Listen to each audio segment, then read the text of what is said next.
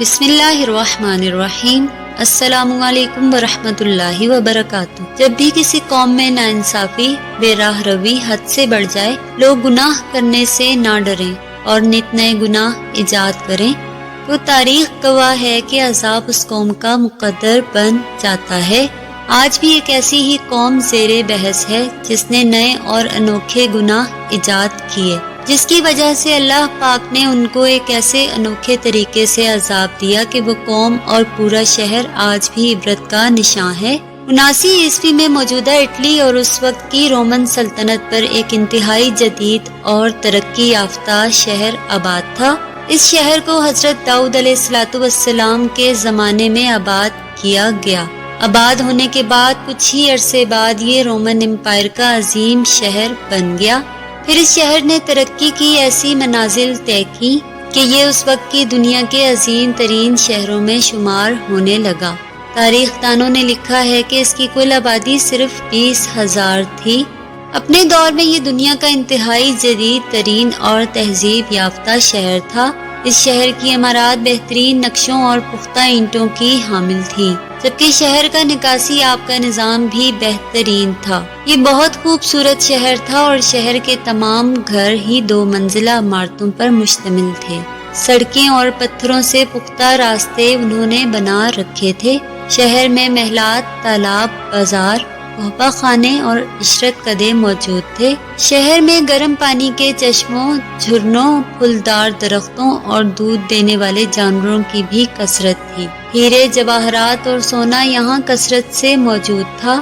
یہاں کے بیشتر لوگ رئیس تھے۔ یہ قوم جادو اور توہم پرستی میں بھی مبتلا تھی۔ اس شہر میں عبادت گاہیں، لائبریریاں، کھیل کے میدان اور عوامی مراکز بھی موجود تھے۔ شہر میں ایک بندرگاہ بھی تھی جو بہت مصروف رہتی تھی۔ یہاں سے شراب، مچھلیوں، پھلوں اور زیتون کی تجارت ہوتی تھی۔ اس جدید شہر میں تھیٹر بھی موجود تھے۔ کسی کے وہم و گمان میں بھی نہیں تھا کہ یہ ہستا بستا شہر ایک دن عبرت کا نشان بن جائے گا۔ آخر پھر ایسا کیا گناہ تھا کہ اس شہر کا نام و نشان ہی اللہ پاک نے 2000 سال تک کے لیے مٹا دیا۔ بے شک اس شہر کے مکینوں کو اللہ پاک نے خوشحالی سے نواز رکھا تھا، لیکن اس شہر کے لوگوں نے گناہوں کی وہ بنیاد رکھی جس کی وجہ سے اس شہر کو دست قدرت نے نہ صرف قصہ ماضی بنا دیا بلکہ وہ آنے والی نسلوں کے لیے ایک عبرت بھی بن گیا۔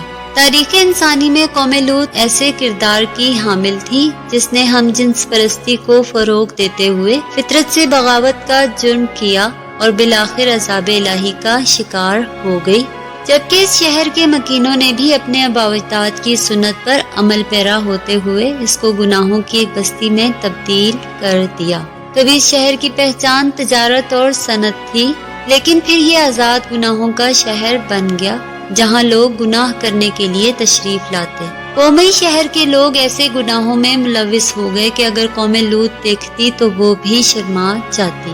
ناظرین، اس شہر کا سب سے بڑا گناہ یہ تھا کہ یہ لوگ ایک دوسرے کی نابالغ لڑکیوں سے زنا کرنے لگے اور ان سے بچے پیدا کرتے۔ انہوں نے اپنی بیویوں کو بھی چھوڑ دیا اور مزید کوئی شادی نہ کرتا، جس کی وجہ سے عورتوں میں یہ گناہ عام ہوا کہ وہ اپنی جنسی تسکین عورتوں سے پوری کرنے لگی، یہاں تک کہ اس شہر کی عورتیں جانوروں سے بھی تسکین حاصل کرنے لگی۔ یہ شہر سوئے ہوئے آتش فشاں کے ساتھ آباد تھا۔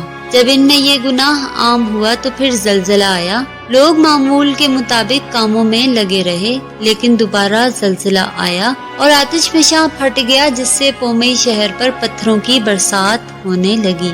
ویسوویس نامی اس پہاڑ سے لاوا اتنی مقدار میں نکلا کہ پورے شہر میں پھیل گئی۔ تاریخ دان حیران ہے کہ یہ سب اتنی جلدی میں ہوا کہ یہ لوگ اپنے مکانوں سے بھی نہ نکل سکے۔ آتش فشاں سے دھواں اور گیس نکلنے لگی اور پورے شہر میں پھیل گئی، جس سے لوگوں کے لیے سانس لینا دشوار ہو گیا۔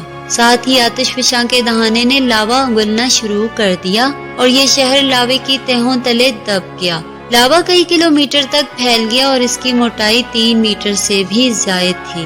اس آتش فشاں کی اونچائی 1280 میٹر تھی۔ اس کی راکھ اور لاوا پومئی سے دوسرے شہروں سٹاوئی اور نیو سیرا تک پھیل گئے۔ صدیوں تک یہ شہر دنیا کی نظروں سے اوجھل رہا۔ پھر 1748 میں شہر حادثاتی طور پر تب ایجاد ہوا کہ جب ایک اٹلی کے کسان نے اس بنجر زمین پر پانی کی تلاش شروع کی۔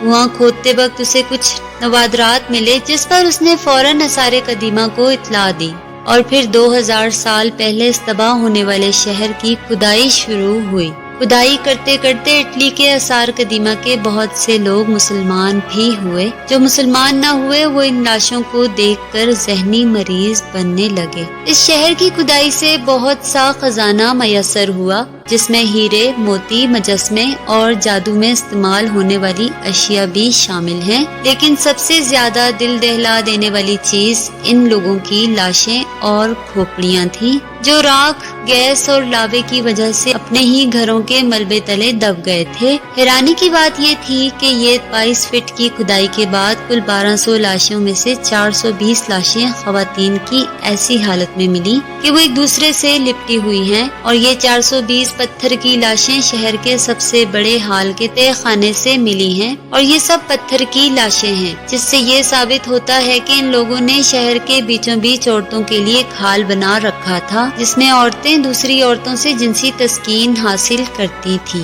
یہ شہر اب یونیسکو کے ثقافتی ورثے کا حصہ بن چکا ہے اور ہم سب کے لیے عبرت کا مقام ہے، خاص کر اہل یورپ کے لیے جو کہ آج کل پھر نت نئے گناہوں کو ایجاد کر رہے ہیں۔ اور حیرت تو یہ ہے کہ ہم مسلمان بھی ان کے پیچھے لگ کر نئے نئے طریقوں سے گناہوں میں ملوث ہو رہے ہیں۔ ناظرین، حیرت تو اس بات کی ہے کہ وہاں سے 2 عورتوں کی ایسی لاشیں ملی جو کہ ایک دوسرے کو بوسہ دیے جا رہی تھی، لیکن بجائے عبرت حاصل کرنے کے ہالی ووڈ میں ان کے پیار کے بارے میں ایک فلم بنا دی گئی اور ظاہر یہ کیا گیا کہ یہ کوئی عذاب نہیں بلکہ ان لوگوں کی نااہلی تھی کہ وہ آتش فشاں کے قریب آباد ہوئے۔ اس جگہ کی مزید کھدائی جاری ہے اور نہ جانے مزید کتنے راز سامنے آئیں گے۔ بے شک ہر چیز فنا ہونے والی ہے جبکہ بقا صرف اللہ پاک کی ذات ہے۔ یہ دنیا دل لگانے کی جگہ نہیں ہے۔ اللہ پاک ہمیں عبرت حاصل کرنے کی توفیق عطا فرمائے اور ہمیں اپنے پیارے آقا نبی آخر الزماں حضرت محمد مصطفیٰ صلی اللہ علیہ وآلہ وسلم سے بے پناہ اور سچی محبت عطا فرمائے۔ آمین ثم آمین۔